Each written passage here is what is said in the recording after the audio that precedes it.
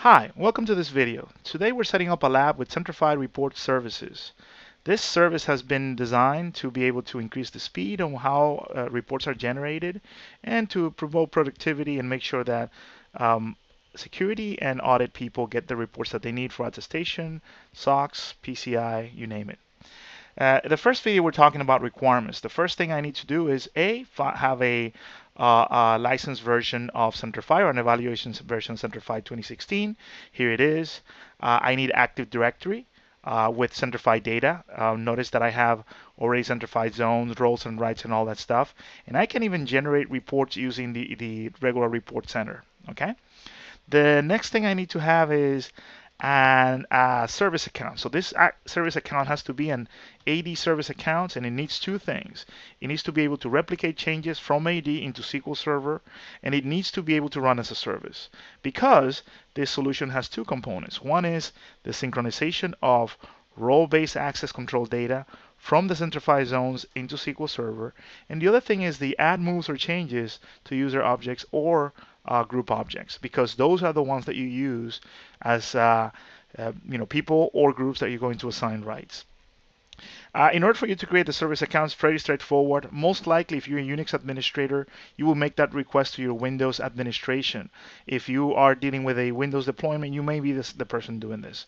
So this is just a regular user. So I'm going to call it Centrify Reports.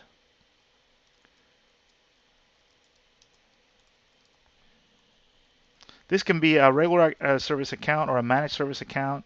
You can actually use our CPS to manage the password lifecycle of this service account as well. So because there's two models of setup, we have the ability to do this with a SQL Express that is included with the bits, or we can use basically an existing SQL Server infrastructure. This is going to be a common prerequisite for all scenarios. I'm going to have individual videos for each. So now that I have my service account, all I need to do is delegate control at the domain level for for it to know what the changes happen. So we have a delegate control wizard. We're going to pick our account. So here's Centrify reports. There's no pre-created task here, so we're going to have a custom task to delegate in this folder, existing code folders or more. Notice that depending on where you have your groups or users, you could do it at that level. This is just a test environment, so I'm doing it at the highest level. So in here, I'm going to use general, and the only thing that I need to be able to provide is replicating directory changes. That's it. This is a pretty common thing. It's used today by SharePoint. It's used today by FIM. It's even used today by Office 365 deployments as well. So all we're doing is reading data that may be in the Centrify zone, right? And we're replicating that into SQL Server. So now I delegated that. The other area is to allow the account to run as a service. In my particular scenario, I'm not managing those locally. I'm using group policy for this. So I have the group policy already open. You have to go through computer configuration, policies, Windows settings, security settings, user right assignments. And in here, you're going to see the log on as a service right. I'm going to go ahead and I'm going to add my account. So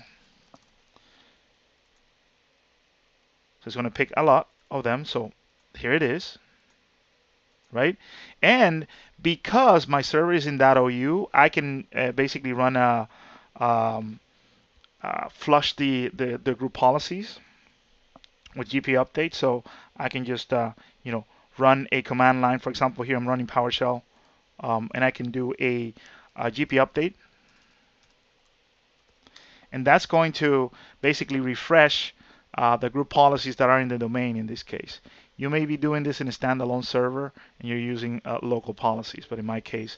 So these two things, the creation of the service account, the delegation, and also this may be performed, if you're a Unix person or a Linux person, may be performed by your Windows team.